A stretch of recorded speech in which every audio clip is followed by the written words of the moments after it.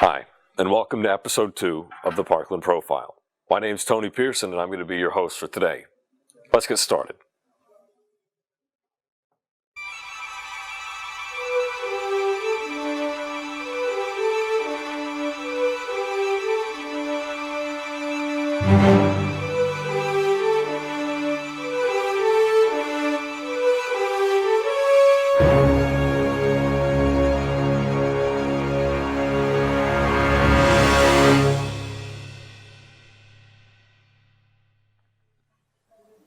We're going to start things off today with Madison Oliver and a segment on what goes into making a tasty breakfast in the morning.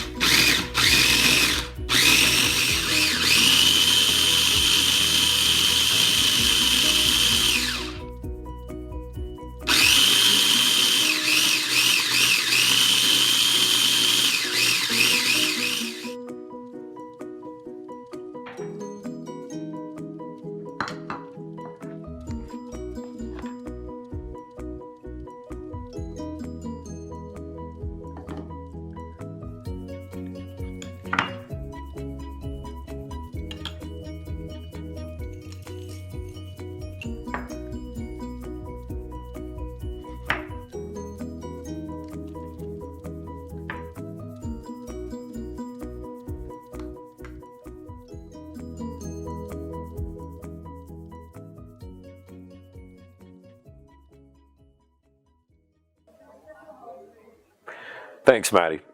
Now we're going on to Cammie with her story on the Parkland family-owned restaurant Slice of Italy. Lehigh Valley, Allentown, Pennsylvania is known for Dorney Park and Wildwater Kingdom, our Iron Pigs playing at the Coca-Cola Park, and now our new PPL Center. But smack in the middle is Slice of Italy, owned by one man. Andrew DeStefano, I'm the owner of Slice of Italy. At my times, back in, like in the 1980s, you didn't have to go to high school. After your middle school, you could have taken trade school. So that's what I did. I took culinary art for 2 years after my middle school. And at the time in 1985, my uncle just opened a restaurant in Pittsburgh. And he asked me if I come over there and work for him. So that's what I did. In 1985, I came to the United States when I was 15. And because I was going to school, and then after school was working 3 p.m. to midnight. Doing such a good job at it, working for other people. So in 1994, when I got married, I decided me and my wife opened up our first restaurant. They went to school for 2 years, but still learned the proper Italian way, because they spoke it before, because we spoke to them, by going to school, actually, they learned it the correct way. We started because previous to Slice of Italy, I owned Carini's Italian restaurant. And I owned it for 17 years with my wife, Rosa. Then we decided to sell it because we needed a break, and we took our kids to Italy for 2 years. You know, we put them in school over there, that way they can learn Italian, you know, and see our culture, our traditions, and stuff like that. Then after that, when we come back, which will be 3 years ago, we decided to open in Lehigh Valley. It's less awkward here because you know everybody and it's more comfortable than other places. And I'm the only one that's ever worked outside of the restaurant, so. What's your favorite pizza? Grandma pizza. Why? The combination of the cheese and the garlic and the basil, the fresh basil with the tomato sauce, it just has a unique taste. Plus, it's a very thin crust. It's not like a Sicilian, it's a thicker crust. It's a very thin crust. As you can see here, Andrew DiStefano is showing me the proper way to make their best-selling pizza. Andrew DiStefano instructs me to pat down the pizza gently. I can never be rough with it. I have to give it a little love. It's always good to thin out the crust so you can eliminate the air inside. Cheese is a big part of this dish. You can tell that Andrew DiStefano wants me to spread more of the cheese so the grandma's pizza has more flavor to it. And now it is finished. Here we have Slice of Italy's famous grandma's pizza.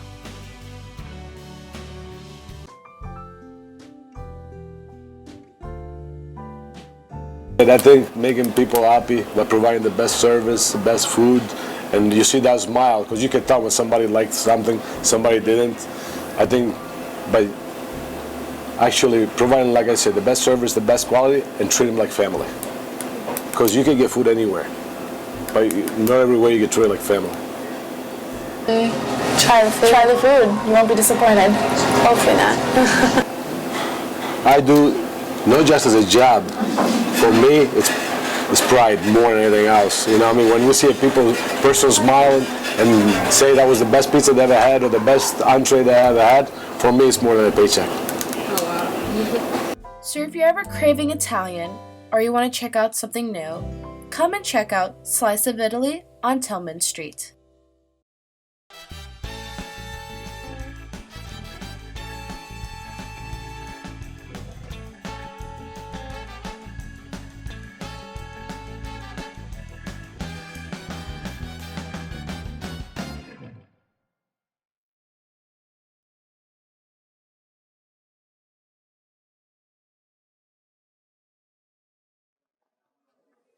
Next up, we've got Riley with a how-to claymation where she's going to show us how to make Baymax from Disney's Big Hero 6. Hello, my name is Riley, and I'm here to show you how to make Baymax from Big Hero 6. What you'll need is red, black, white, and purple clay. Now let's begin. For his body, you'll need an egg shape, 2 raindrops for his arms, 2 cylinders for his feet, a semi-sphere for his head, 2 small black circles, and a black line. And don't forget his 4 fingers on each hand. Though there is no order into putting these body parts onto his body, you just need to make sure that his arms are at the pointiest part of the egg, and that his feet are at the roundest part of the egg, and make sure that his head is between his shoulders. Now place the black line on his head. Then place the 2 black dots on the end of each side of the line. Make sure that they are opposite of each other. I'm going to go work on my model of Baymax while you work on yours, so see you in a bit.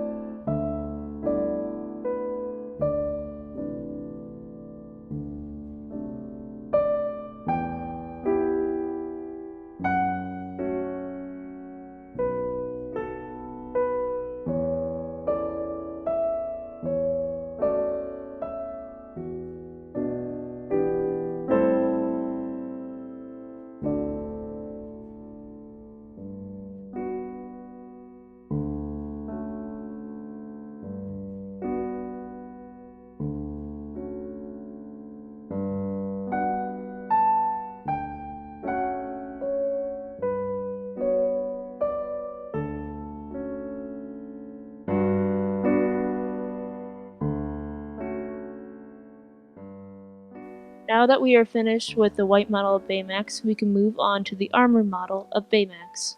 And now for the armored model. Make sure you have these shapes cut out. I personally believe that if you have the armored feet and legs, rather than having to roll onto the clay, because this will prevent them from falling off and you won't have like mixed clay. This does not also take any specific order, though I believe if you put the stomach piece on first from the front and the back, that will be making it more realistic. It is your option to put these small accessories onto the armored model or not. I prefer to because it also does look realistic as well. It is also your option to put on the wings, but the wings should also have support, so make sure you put wires into the wings or else they would fall off, like they did to me.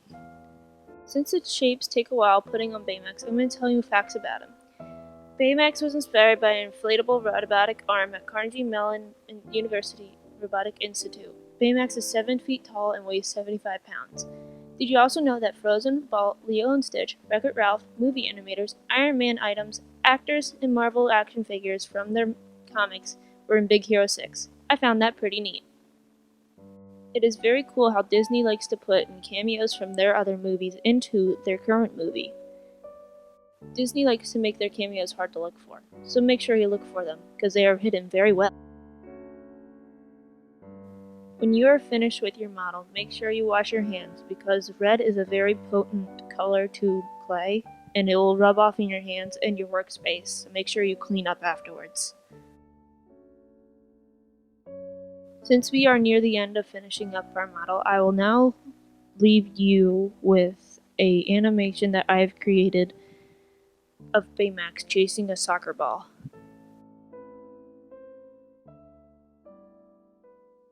Thanks, Riley. Now we've got our very own David A. Guffey with his inspirational piece on the Good Shepherd Rehabilitation Center. The Good Shepherd Home was opened in 1908 by Mama and Papa Raker, taking in orphans and retired Lutheran ministers. Ever since the beginning, Good Shepherd has sat on the corner of 6th and St. John Street in South Allentown.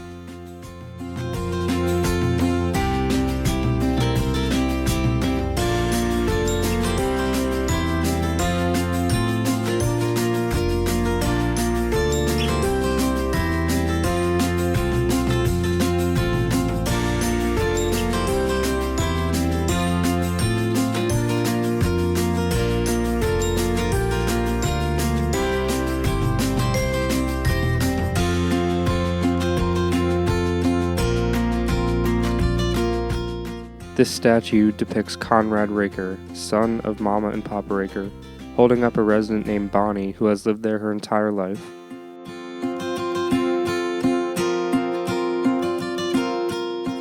This is the Health and Technology Building, the newest addition to Good Shepherd.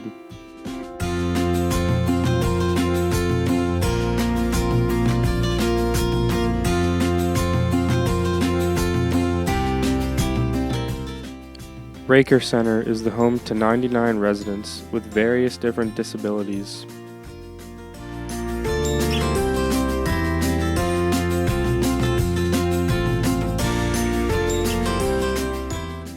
Pictures of the Raker family are displayed in the lobby, with Mama and Papa Raker on either side of their son, Conrad. I sat down with one of the residents to talk about her experiences living at Good Shepherd. Hi, my name is Sarah Behe, and I lived here for about a year and a half. The reason why I came here is to get better and eventually walk out of here. My favorite things to do here in Raker Good Shepherd is playing bocce with the residents and with the coaches. It's a Tuesday morning, and my other favorite thing is to go to sports happy hour to see what's going on in sports. The reason why I enjoy living here is because I love the staff. The residents are wonderful. I get great care, and the therapists are doing wonderful with me, because right now, when I first got here, I wasn't even able to walk, and now till this day, I'm starting to walk with 2 canes, half a day and half a day with a walker. And just hang out with residents, staff, talk about things. This is the gym where physical therapy is provided to the residents. It's located in the basement of Raker Center.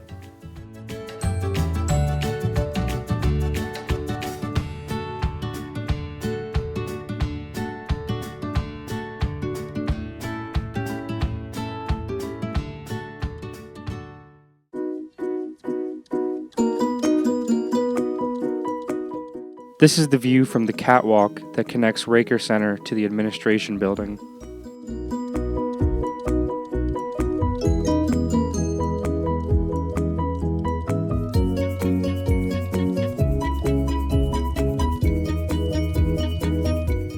This is the MultiPurpose Room, where large group activities are held, such as parties, entertainment, and meetings.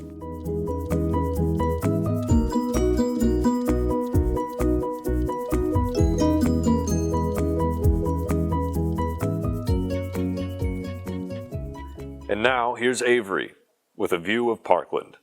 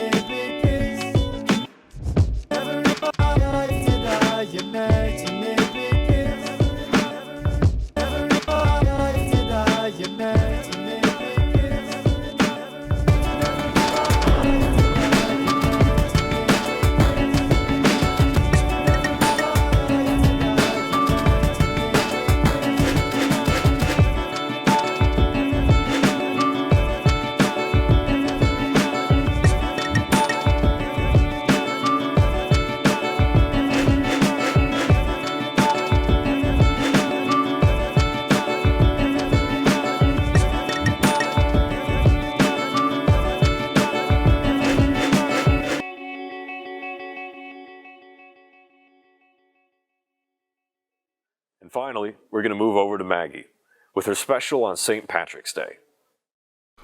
The history of St. Patrick's Day started as a celebration for St. Patrick to commemorate him bringing Christianity to Ireland. Today, the traditions include wearing green and shamrocks because St. Patrick was said to have used the shamrock to explain the Holy Trinity to the pagan Irish. Another tradition is music, such as bagpipes, because the Irish use music to remember important events and hold on to their heritage and history. St. Patrick's Day is also known as a feast day in the Church of Ireland, but it only became an official holiday in 1903, according to the Bank Holiday Act of Ireland. Today, however, St. Patrick's Day is not a legal holiday in the United States, and celebrations include the color green, food, and parades. It has been celebrated since the late 18th century. Jim Thorpe just had their 18th annual St. Patrick's Day parade on March 15th.